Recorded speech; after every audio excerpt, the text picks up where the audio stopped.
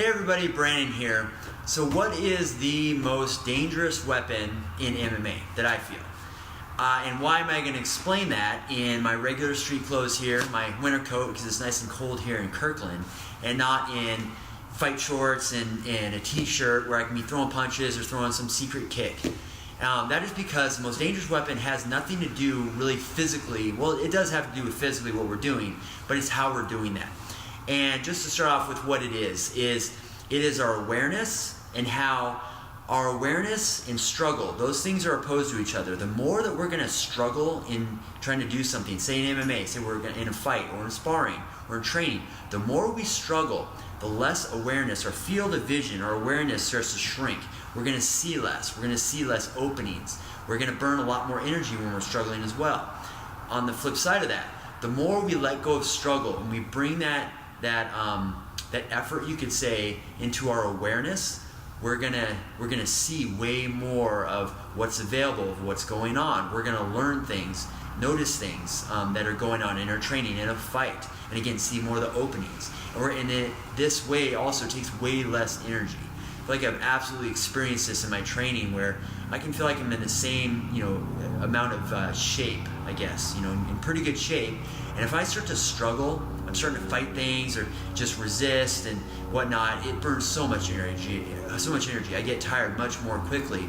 If I can let go of that struggle and I'm just trying to really perceive what's going on and take advantage of the openings that I'm seeing in this expanded awareness, way less energy is spent, and I'm seeing so much more, and becomes such a more an easy experience to be at my best. So awareness and struggle, and I'm gonna include some links in this video down below.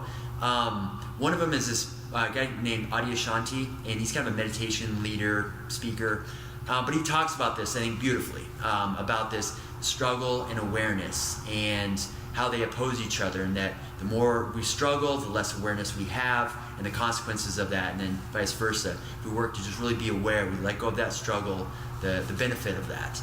The other thing I want to include are, one video of how this applies to MMA or combat sports. A couple people that I feel like really exemplify this, I feel like I've seen this in them recently, is Floyd Mayweather. Most people know him, one of the best boxers of all time. And Andre Berto, one of his past opponents, is talking about fighting Floyd Mayweather. And in this video, and you can watch it, I'll include it in the link below, multiple times he talks about how alert Floyd is. It's just amazing how alert he is about, with his opponent, with what's going on, the time. It's his awareness. He's so aware of what's going on.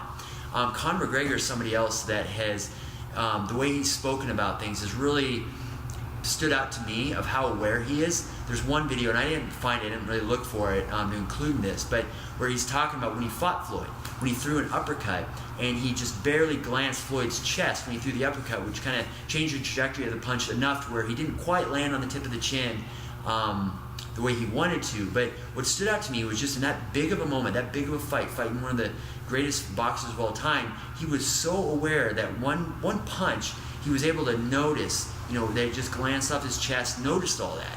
I know in my own experience, like in fights, there's a lot of times things are just a blur, and I didn't have that awareness to that degree.